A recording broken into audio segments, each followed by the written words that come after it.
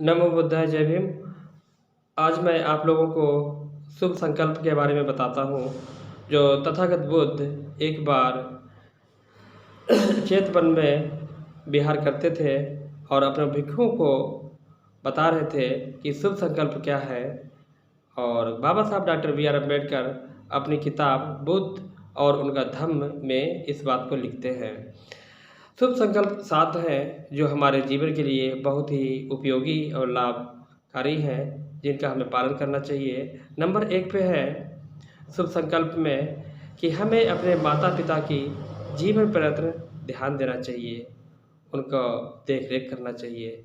ये पहला संकल्प होना चाहिए। दूसरा संकल्प है कि हमारे घर का जो मुखिया है, जो पैसा कमाता है, उनका हमें आदर और सम्मान करना चाहिए। उनकी हमें आदर करना चाहिए, उनका सम्मान करना चाहिए। तीसरा संकल्प है कि हमें मधुरभाषी होना चाहिए। हमारी लैंग्वेज, हमारी भाषा अच्छी होना चाहिए, आकर्षित होनी चाहिए, मधुर होनी चाहिए। चौथा हमारा संकल्प है कि हम दूसरों की हमें बुराई नहीं करना चाहिए, दूसरों के लिए हमें गलत नहीं कहना चाहिए, हमें गलत दूसरों के लिए नहीं सोचना चाहिए। ये हमारा संकल्प होना चाहिए।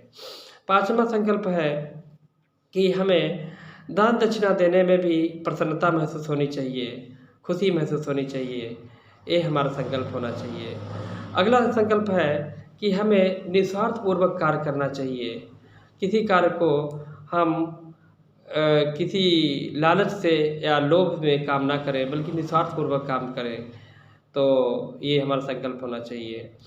अगला है कि हमारा संकल्प जो है, हमें क्रोध रहित होना चाहिए। यदि क्रोध आता है तो हम उसे धीरे धीरे नियंत्रित करना चाहिए, और हमारा ये भी संकल्प होना चाहिए। और आखिरी में संकल्प है कि हमें अपने घर पर ही निवास करना चाहिए। ऐसे 7 संकल्प हैं जो तथागत बुद्ध अपने भिक्षुओं को बताते हैं कि ये संकल्प हमारे जीवन के लिए बहुत अति आवश्यक हैं। जय भीम, नमो बुद्धाय, धन्यवाद।